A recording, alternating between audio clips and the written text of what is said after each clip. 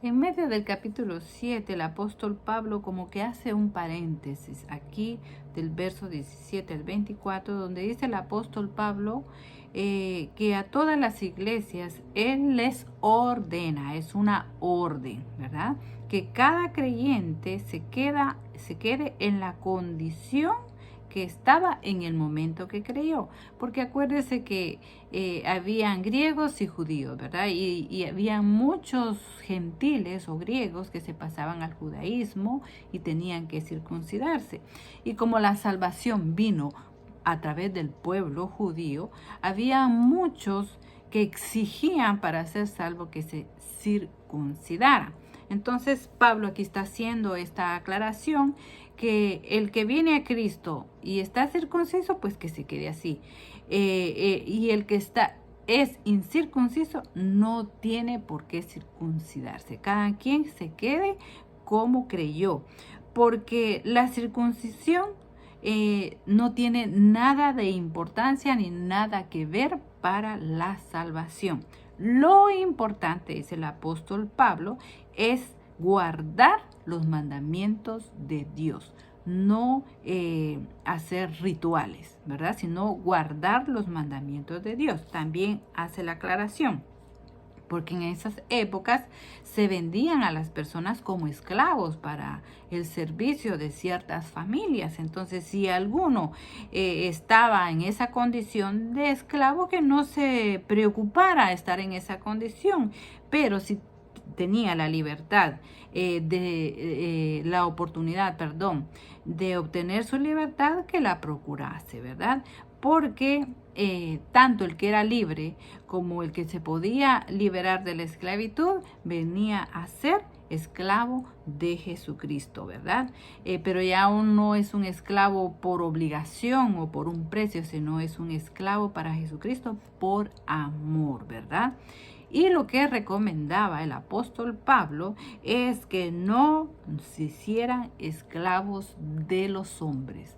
Los que eran esclavos y habían sido libres, que no se esclavizaran otra vez a hombres, sino que se esclavizaran para nuestro Señor Jesucristo, así el libre como el que había sido libre de la esclavitud, ¿verdad? Pero nunca más volverse esclavos de hombres, cosa que hoy en día se ve mucho, ¿verdad? Porque hay gente que se dedica a agradar a su líder de una manera exagerada, dijera yo, como que fueran ellos Dios. No, no, no.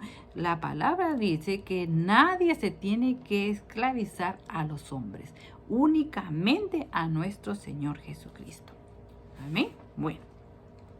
Luego del verso 25 al 40, el apóstol Pablo vuelve al tema de los matrimonios y de los casarse. Y seguramente surgió esa pregunta: ¿es bueno casarse o no casarse, verdad?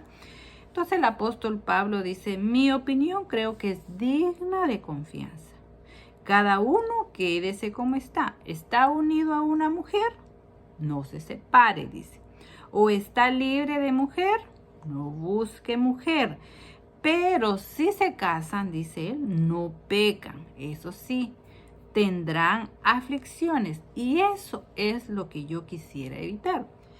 Las aflicciones dentro del matrimonio son darle un hogar, una vivienda, proveer el alimento, las necesidades físicas, pagar el colegio, la universidad, si se enferman los chicos, en fin, trae muchas responsabilidades a las que tenemos que proveer, ¿verdad? La mujer, la educación de sus hijos, la formación de sus hijos, ella ya no puede dedicarse al Señor o a ella como lo hacía cuando estaba soltera, ¿verdad? Ahora tiene que dedicarse a su marido y a sus hijos, ¿verdad? Y eso pues de alguna manera a veces trae aflicciones, cansancio, porque ya no puede hacer lo que hacía antes, ¿verdad? Y lo mismo el esposo, ahora tiene que trabajar más duro, ya no puede estar en el grupo de jóvenes, en todas las actividades que habían ahí, porque él tiene que trabajar, porque tiene responsabilidades. Entonces vienen las aflicciones, ¿verdad? Que son terrenales. Ahora bien, hermanos, dice el apóstol Pablo, el tiempo que queda es corto. Y dice, los casados vivan para el Señor como que no estuvieran casados. Miren eso.